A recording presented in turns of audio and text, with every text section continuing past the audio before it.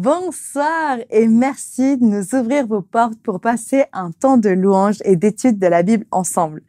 On s'installe confortablement. Bon sabbat chez vous, saison 6 commence maintenant.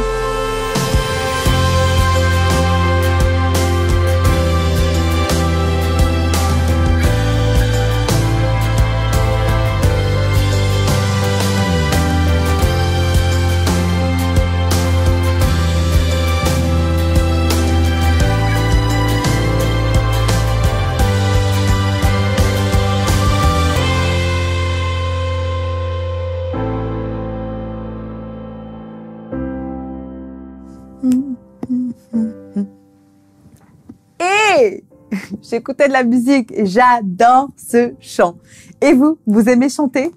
Vous saviez que le chant et la musique en général ont des effets thérapeutiques? La science affirme que le chant stimule le cerveau des bébés prématurés, qu'il est un soutien aux neurones des adultes, par exemple face au vieillissement, et qu'il rééduque les poumons fatigués. Incroyable, non?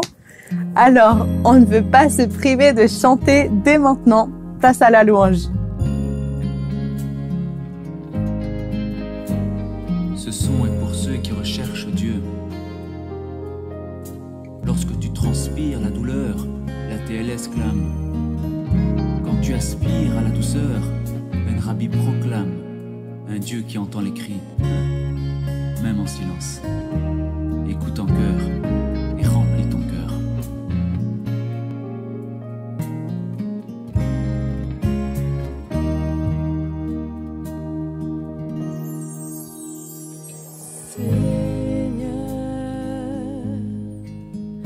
Viens dans mon cœur en ce moment. J'ai besoin de toi, car ta présence me donne la paix. Viens Seigneur et remplis-moi.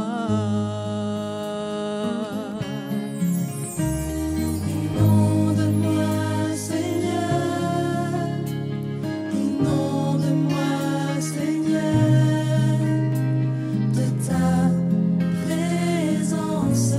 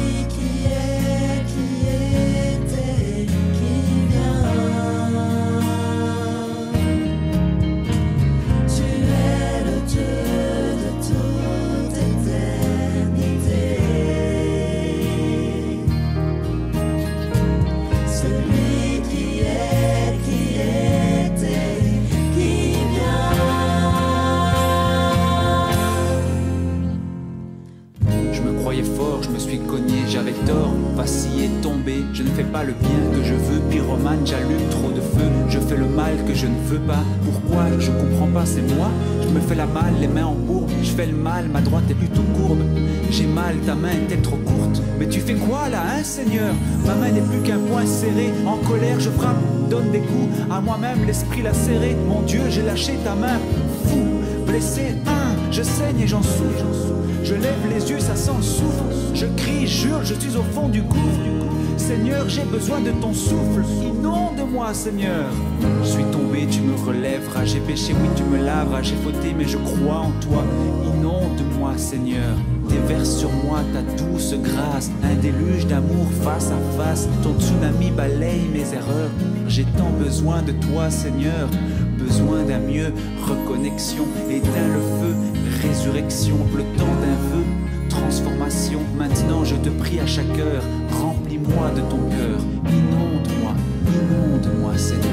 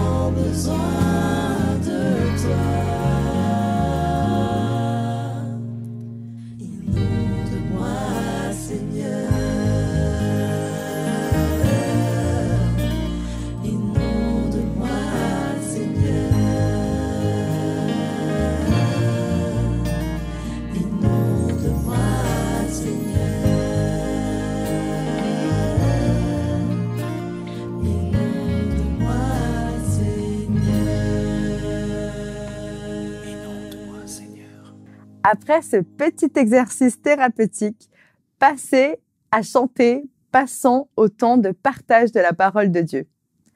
Pour cela, aujourd'hui, nous recevons Rivan Dos Santos, professeur d'histoire et d'archéologie à la faculté adventiste de théologie de Collonges sous Salève en France. Il va nous donner un éclairage sur le psaume 22. Et justement, les psaumes sont des poèmes religieux qui constituent un livre de la Bible et qui servent de prière et de chants religieux dans la liturgie. On parle d'ailleurs de psaumes, de louanges. Déjà, à l'époque, certains passaient par le chant et la louange pour s'adresser à Dieu. Et au-delà des messages poétiques, on y trouve des enseignements profonds et forts pour notre propre foi. C'est ce que nous allons voir plus en détail avec notre invité et on se retrouve juste après.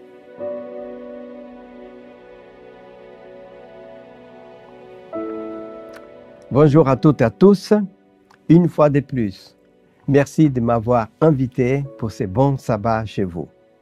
C'est un privilège de continuer à partager les prophéties bibliques de l'Ancien Testament qui annonçaient le Messie et qui nous comprenons après que c'est Jésus-Christ.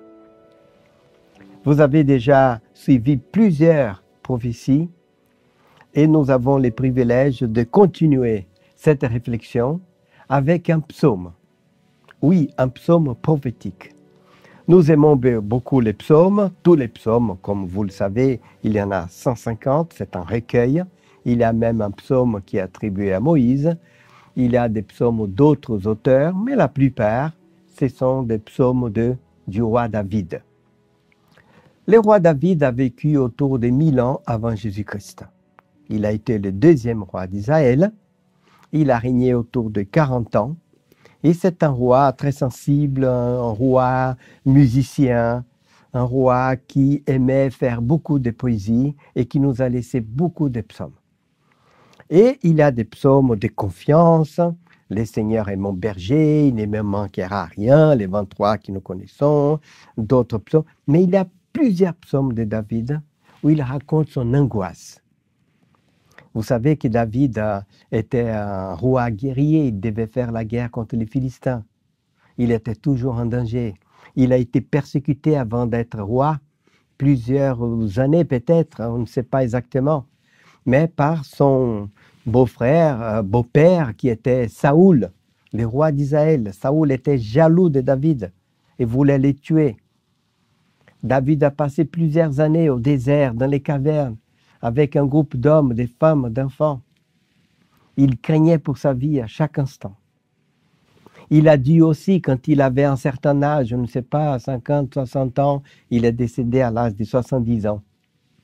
Mais quand il avait déjà un certain âge, l'un de ses enfants, Absalom, voulait le tuer pour prendre sa place en tant que roi. Il a dû quitter Jérusalem parce qu'Absalom venait avec une armée pour les détruire. Alors, il a connu beaucoup de souffrances dans sa vie. Sans compter les souffrances qu'il a passées parce qu'il a commis des péchés, certains péchés très graves pour les conséquences. Il dit, Seigneur, je suis angoissé, mon lit est plein de mes larmes, je me noie dans mes larmes. Seigneur, je suis... Voilà, il a beaucoup de psaumes, mais il a une caractéristique dans tous les psaumes de David.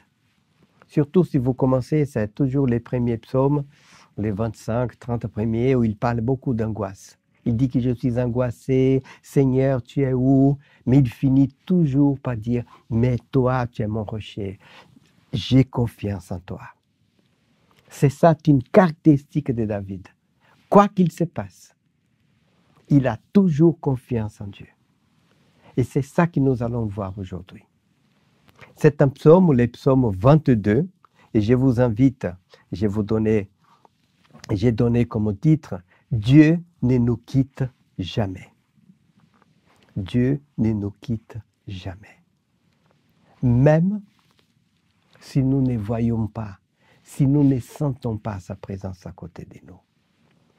C'est le psaume 22, je vous invite à les lire intégralement, tranquillement après l'émission, et comme ça vous allez sentir, comme c'est un psaume, qu'il y a beaucoup d'angoisse. Mais la deuxième partie, c'est une partie de confiance.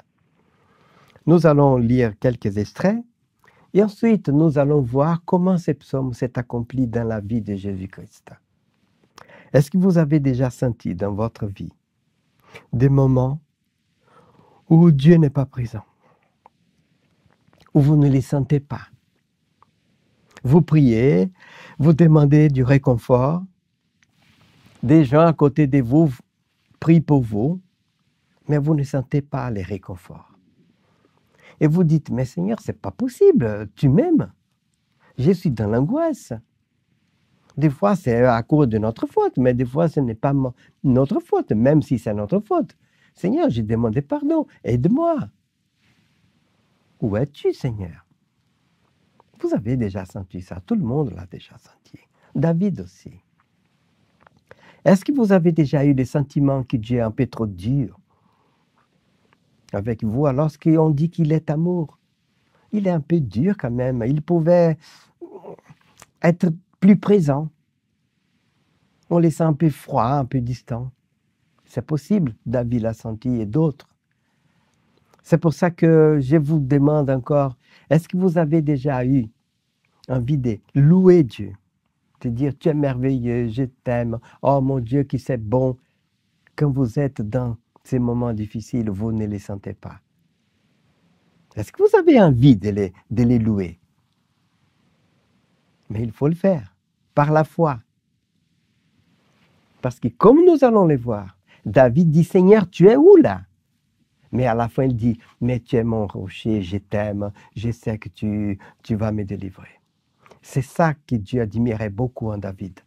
C'est pour ça que Dieu a dit, vous voyez mon serviteur David, c'est un homme que j'aime bien. Alors qu'il a fait beaucoup de bêtises, mais il reconnaissait toujours ses fautes, toujours. Il ne donnait aucune excuse. Il disait toujours, toi, Seigneur, tu es grand. Je vais lire quelques extraits pourtant du psaume 22, et ensuite nous allons voir dans la vie de Jésus-Christ comment cela s'est accompli. Au chef des chantres, 22, 1 à 4, psaume de David. Mon Dieu, pourquoi m'as-tu abandonné et t'éloignes-tu sans me secourir, sans écouter mes plaintes? Mon Dieu, j'écris les jours et tu ne réponds pas. La nuit, et je n'ai point de repos. Pourtant tu es le sang. Tu sièges au milieu des louanges d'Israël. En toi s'est confié nos pères. Ils s'est confié et tu les délivrais. Sautons maintenant au verset 7 et 8. Tous ceux qui me voient se moquent de moi. Ils ouvrent la bouche, secouent la tête et disent « Recommande-toi l'Éternel. L'Éternel les sauvera. Il les délivrera puisqu'il aime. » Verset 11. Ne t'éloigne pas de moi. Quand la détresse est proche, quand personne ne vient à mon secours. Versets 14 et 15. Ça me touche beaucoup, ces textes-là. Imaginez l'angoisse de David, mes amis. On ne sait pas dans quelle situation précise il est, mais il est très angoissé. Versets 14 et 15. Je suis comme de l'eau qui s'écoule, et tous mes os se séparent. Mon cœur est comme de la cire, il s'effondre dans mes entrailles. Ma force se dessèche comme l'argile, et ma langue s'attache à mon palais. Tu me réduis à la poussière de la mort. Versets 17 et 19. Je pourrais compter tous mes os. Eux, ils observent, ils regardent, ils se partagent mes vêtements, ils tirent au sort ma tunique. Et toi, Éternel, ne t'éloigne pas. Toi qui es ma force, viens en hâte à mon secours. Quelle situation! Quelle situation dramatique se trouve David là? On ne sait pas les contextes. Est-ce que c'est quand il quittait Jérusalem parce que son fils voulait les tuer? Est-ce que c'est parce que lorsqu'il a péché, qu'il a tué un homme pour prendre sa femme? Et qu'il est fils de cette femme, parce qu'elle est tombée enceinte, meurt? Est-ce que c'est parce qu'il est dans cette situation? Est-ce que c'est parce qu'il est en train de fuir les Philistins qui veulent les tuer ou fuir Saoul? On ne sait pas. Mais il est en train de parler ici à Dieu de sa situation. Et il ne sait pas que son descendant, Jésus-Christ, le Messie, qu'il ne sait pas, 1000 ans après, va passer la même situation. Et sur la croix, Jésus va se rappeler de ces psaumes et va citer quelques extraits. Et d'autres extraits aussi vont se confirmer. Regardons bien, nous sommes à la fin de la vie de Jésus-Christ. Matthieu 27 et quelques versets. Verset par exemple 35. Après avoir crucifié, ils se partagèrent ses vêtements, comme a dit les psaumes, en tirant au sort, afin qu'il s'accomplisse ce qui avait été annoncé par les prophètes. Ils se sont partagés mes vêtements et ils ont tiré au sort ma tunique. Vous voyez que Matthieu rappelle les prophètes ici, c'est David. Versets 41 à 43. Les principaux sacrificateurs, avec les scribes, les anciens, se moquaient aussi de lui et disaient, « Il a sauvé les autres, il ne peut se sauver lui-même. » Et bien sûr, il n'est pas venu pour se sauver lui-même. S'il est roi d'Israël, qu'il descende de la croix et nous croirons en lui. Regardons bien les versets 42, presque mot à mot ce qu'il dit les psaumes. Il s'est confié en Dieu, que Dieu le délivre maintenant s'il aime, car il a dit, je suis fils de Dieu. Et l'accomplissement de la bouche de Jésus-Christ, au dernier moment, avant de mourir, parce que Jésus, il n'est pas mort à cause des clous. Il n'est pas mort parce qu'il était sur une croix. Ce ne sont pas les Romains qui ont tué Jésus sur la croix. C'est Dieu le Père qui a enlevé sa vie. Parce qu'il a payé les châtiments d'Adam et Ève. Les jours où vous allez manger, vous allez mourir. C'était la séparation éternelle de Dieu. Adam et Ève et nous allons mourir. La conséquence naturelle du péché qui est la mort, là, les maladies, la vieillesse. Mais pas la conséquence spirituelle définitive, la séparation de Dieu. C'est ça qui était la condamnation. Pourquoi Dieu a fait ces systèmes, c'est à lui de nous expliquer. Mais il a dit, si vous avez confiance en moi, si vous reconnaissez votre faute, si vous confessez, les créateurs, Jésus-Christ, celui qui a créé la terre, va prendre votre place et il va subir cette mort qui est une angoisse que le cœur physiquement va lâcher. Et qu'est-ce que la Bible nous dit? Jésus est sur la croix, il a dit, Père, entre tes mains, je te donne ma vie. Et Dieu va enlever sa vie. Et à ce moment-là, il va citer les psaumes 22. Regardons bien Matthieu 27, 46. Et vers la 9e heure, ça veut dire 3 heures de l'après-midi, selon la Bible, Jésus a été mis sur la croix à 9 heures du matin, 6 heures après, on ne mourrait pas, excusez-moi avant de continuer la lecture, on ne mourrait pas sur la croix en 6 heures. Normalement, on prenait une vingtaine d'heures, des fois un jour ou deux pour mourir. D'ailleurs, même les deux qui étaient à côté de Jésus, au coucher de soleil, n'étaient pas morts. On a dû les casser les pieds pour qu'ils ne puissent plus s'appuyer pour respirer, ils vont mourir suffoqués. Et Pilate même, si vous lisez après, quelqu'un a dit à Pilate, est-ce que je peux enterrer Jésus? Puis la Bible dit que Pilate était étonné qu'il était déjà mort. Pilate a vu ce jeune homme fort là devant lui, il est déjà mort en 6 heures, c'est pas possible. On ne meurt pas en 6 heures sur la croix. C'est pour ça qu'un soldat va blesser Jésus avec une lance au cœur pour s'assurer qu'il est vraiment mort. Mais il était mort, parce qu'il est mort d'angoisse, parce qu'il a pris nos péchés. La mort d'angoisse. Et là, nous voyons, ça me touche beaucoup, ce texte qui parle du dernier moment de Jésus. Il a dit, Jésus s'écria d'une voix forte, verset 46, Eli, Eli, lama sabachthani, c'est-à-dire, mon Dieu, pourquoi m'as-tu abandonné? Pourquoi? Il ne comprend pas. Bien sûr qu'il ne comprend pas. Il est venu pour prendre notre péché. Il va mourir. La mort, ça veut dire séparation éternelle de Dieu. Dieu doit se séparer de lui. Mais à ce moment-là, il ne peut pas comprendre cela. Parce qu'il est chargé de nos péchés. Et un pécheur ne peut pas comprendre les voies de Dieu. Mais il garde la confiance en Dieu jusqu'au bout. C'est ça qui est incroyable. C'est pour ça que la Bible dit, ayez la foi de Jésus. Cette foi qui ne comprend pas. Pourquoi Dieu est en train de faire ça? Pourquoi il ne m'aide pas? Mais je vais lui faire confiance.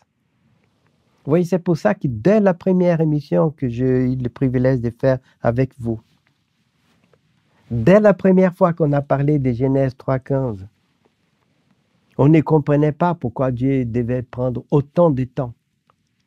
Pourquoi le Messie devait être blessé avant de remporter la victoire, mais il fallait faire confiance.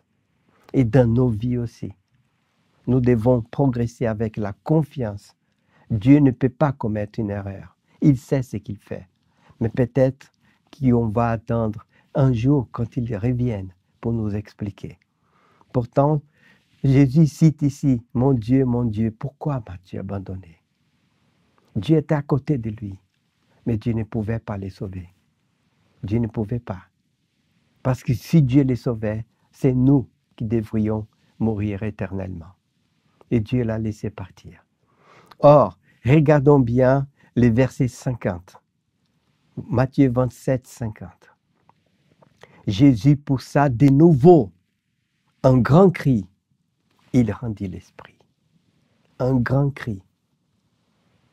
Je ne sais pas si vous avez déjà médité, si vous avez déjà essayé de voir Jésus sur la croix. Pas simplement par des films, quelques-uns bien faits, mais essayez d'imaginer. Il est là en train de mourir, il ne sait pas qu'il va revenir. C'est fini pour lui. Au début, il a dit au larron sur la croix, tu seras avec moi. Il a confiance, mais plus sa mort s'approche, il perd tout espoir de revenir. Parce qu'il va mourir comme un impie séparé de Dieu.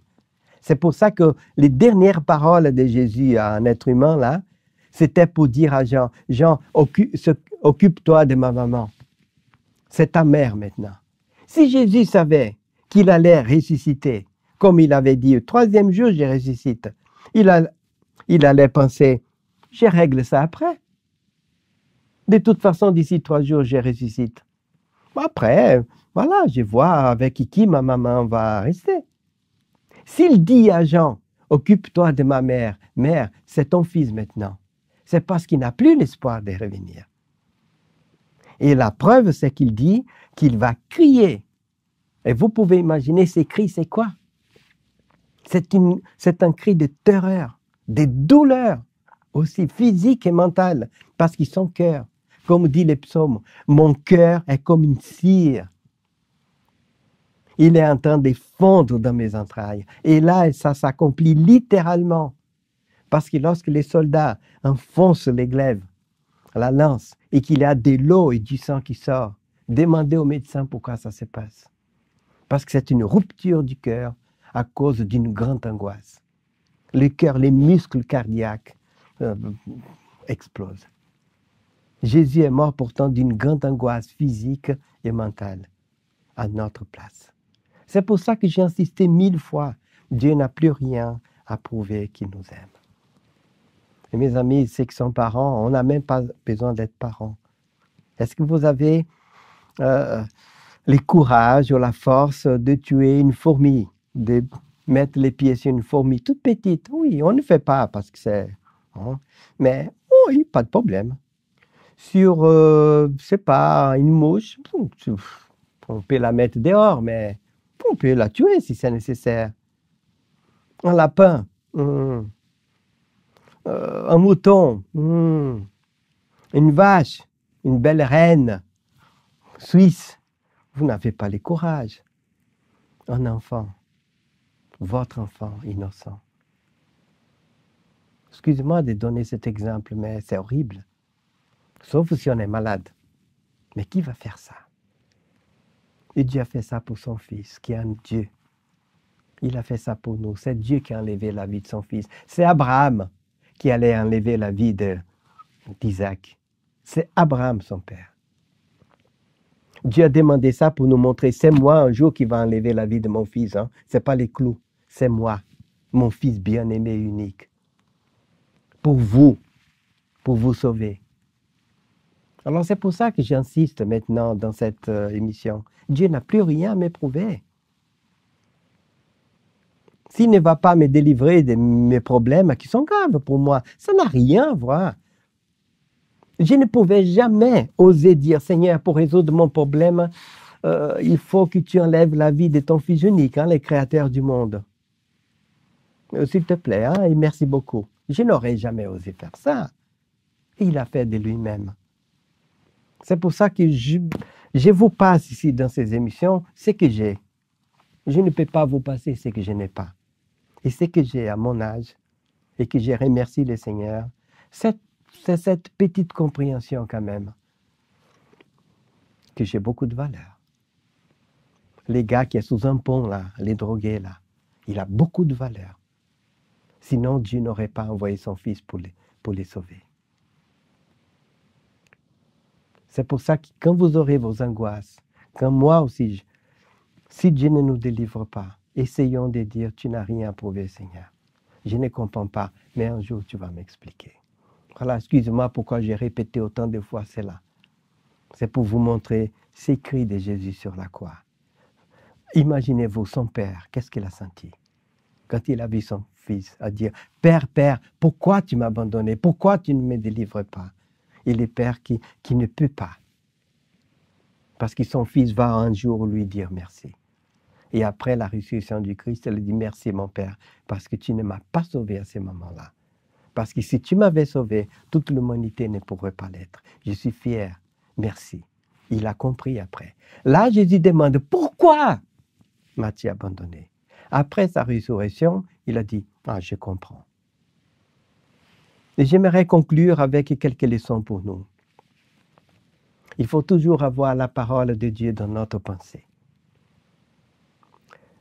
Il faut la réciter, même si nous ne comprenons pas. Pas simplement quand un avion tombe, on dit que quand un avion est en train de tomber, les athées sont les premiers à dire Ave Marie, pleine de grâce, ou à prier Seigneur. Bon, on rigole un peu, mais non, ce n'est pas simplement à ces moments-là. Nous devons essayer de répéter, de lire. Et les plus beaux pour Dieu, et j'essaie de les faire, je n'ai pas toujours la force, mais j'essaye. Les plus beaux pour Dieu, les plus grands honneurs que nous pouvons lui faire, c'est quand nous sommes dans l'angoisse. Et quand il ne peut pas nous délivrer à ces moments-là, nous lisons un psaume pour dire « Merci Seigneur, je te rends gloire, tu es grand, tu es puissant. Seigneur, je t'aime. Seigneur, tu es mon berger. Seigneur, j'ai confiance en toi. » Dieu peut dire « Waouh, je ne peux pas te délivrer là et toi, tu as toujours confiance en moi. Merci. » Et ça va nous faire du bien. J'aimerais aussi vous lire les restes du psaume. Oui, parce que les psaumes continuent. Et je suis certain que Jésus a peut-être récité. Au moins, au début, là, il est resté 6 heures sur la croix. Un jour, il va nous expliquer tout ce qu'il a pensé. Et je pense qu'il s'est répété des psaumes. Et je suis certain, je suis absolument certain, que Jésus a récité la deuxième partie de ces psaumes. Un jour, quand on va arriver au ciel, vous allez demander, Jésus, un certain Dos Santos, là, Rivan a dit que tu as récité ces versets-là. Il a dit, il a raison, ce petit Dos Santos-là. Oui, Rivan a raison, j'ai récité ces psaumes avant que j'ai toute cette angoisse. Et je vais les lire pour vous. Regardons bien à partir du verset 22, psaume 22, 22 à 31. Je vais les lire. Parce que c'est très important. David est là. Il dit, Seigneur, pourquoi m'as-tu abandonné? Pourquoi? Mais il a toujours confiance. Lisons. Je publierai ton nom parmi mes frères. Je te célébrerai au milieu de l'assemblée. Vous qui craignez l'Éternel, louez-le. Vous tous, postérité de Jacob, glorifiez-le. Tremblez devant lui, vous tous, postérité d'Israël. Car il n'a ni mépris, ni dédain pour les peines des misérables. Il ne lui cache point sa face, mais il écoute quand il crie à lui. Tu seras dans la grande assemblée l'objet de mes louanges. J'accomplirai mes vœux en présence de ceux qui te craignent. Les malheureux mangeront, se rassasieront. Ceux qui cherchent l'Éternel les célébreront. Que votre cœur vive à toujours. Toutes les extrémités de la terre, voilà, les versets 29. Tous les puissants de la terre mangeront et se prosterneront aussi devant lui, s'inclineront. Tous ceux qui descendent dans la poussière. Vous vous souvenez que David a dit, Seigneur, je suis en train de descendre dans la poussière, tu ne m'écoutes pas. Mais il a dit, voilà, on va revenir pour te louer. Verset 30. La postérité les servira. On parlera du Seigneur à la génération future, la nôtre. 3000 ans après David, 2000 ans après Jésus, nous sommes en train de parler de la bonté de Dieu. Quand elle viendra, elle annoncera sa justice, verset 31. Elle annoncera son œuvre au peuple nouveau. Nous, 3000 ans après David, 2000 ans après Jésus, nous sommes en train d'annoncer que Dieu est bon. Vous voyez? Même si David a dit, pourquoi m'as-tu abandonné? Il dit après, mais je sais que je vais célébrer, je sais que je vais m'en sortir. Et je suis absolument certain que Jésus, au début sur la croix, il a cité aussi cette deuxième partie. Je sais que Dieu va faire de moi une gloire. Je sais, il a récité d'autres prophéties. Mais au début, comme il devait se séparer pour toujours à notre place, il meurt dans l'angoisse. Que Dieu puisse te bénir. Que Dieu puisse me bénir, afin que nous puissions mettre cela en pratique. Allez, continuons à faire confiance au Seigneur. Continuons, même s'il ne nous délivre pas, comme on le pense. Un jour, on va lui dire merci Seigneur.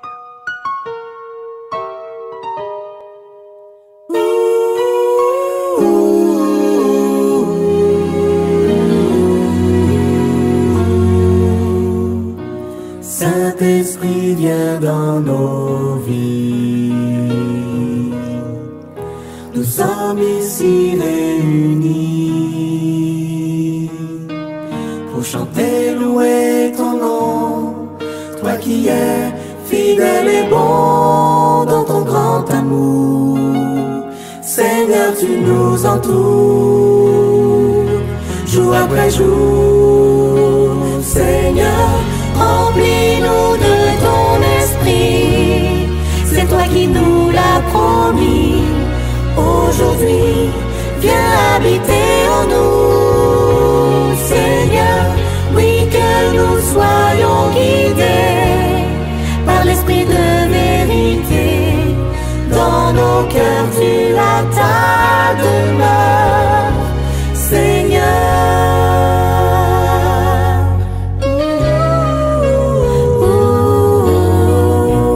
Saint-Esprit, viens dans nos vies.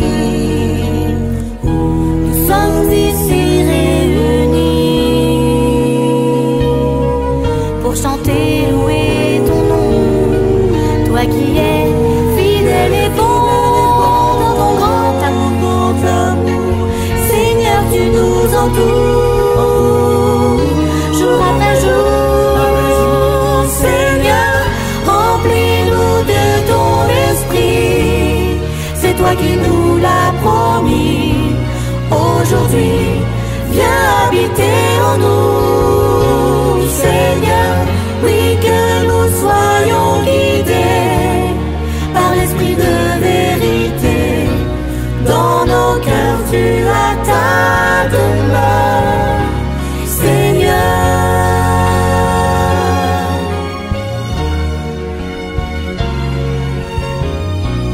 Dans nos cœurs, tu as ta demeure, Seigneur.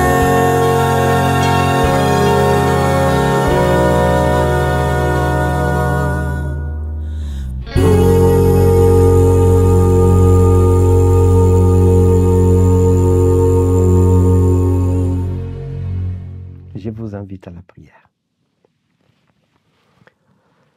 Merci Seigneur, une fois de plus, pour ces belles promesses, pour ta parole. Merci pour ces psaumes incroyables que David ne pouvait même pas imaginer. Il pensait à lui, à sa souffrance. Il était en train d'être utilisé par ton esprit pour fortifier son descendant 1000 ans après. Rien de moins que le créateur du monde, qui allait devenir un être humain, qui allait souffrir beaucoup plus que David et qui allait réciter les paroles même de David. Merci aussi pour cette deuxième partie, pour tous les psaumes de David qui finissent toujours par faire confiance en toi, Seigneur. Que nous puissions mettre cela en pratique dans nos vies. Sinon, à quoi ça sert de suivre? À quoi ça sert tout cela? Si nous n'avons pas la foi que toi, tu es un Dieu puissant, même si tu ne nous délivres pas comme nous l'attendons. Donne-nous cette foi et que nous puissions, Seigneur, nous réconforter les uns les autres, parce que tout seul, on ne le peut pas. Merci de nous rappeler à chaque moment la valeur que nous avons. Tu as enlevé la vie de ton Fils unique, parce que toi, tu crois que ça vaut la peine, que nous sommes importants. Merci Seigneur pour toutes ces émissions. Merci pour toutes ces personnes qui nous écoutent, qu'elles puissent être fortifiées au nom de ton Fils Jésus-Christ. Amen. Merci, ça a été un grand plaisir de vous accompagner pendant cette belle aventure. Et je vous invite encore à continuer à accompagner ce sujet magnifique sur les prophéties déjà accomplies, afin que nous puissions avoir confiance pour celles qui sont encore en train d'être accomplies. Je vous souhaite un bon sabbat chez vous. Merci beaucoup. Nous remercions le professeur Rivan dos Santos pour sa présence aujourd'hui avec nous. Que son message nous inspire à chanter encore et encore pour Dieu, lui qui mérite toute notre adoration et notre confiance. En effet, il nous abandonne jamais. Et je vous dis à vendredi prochain pour de nouveaux chants et de nouvelles découvertes bibliques. Et d'ici là, bon sabbat chez vous.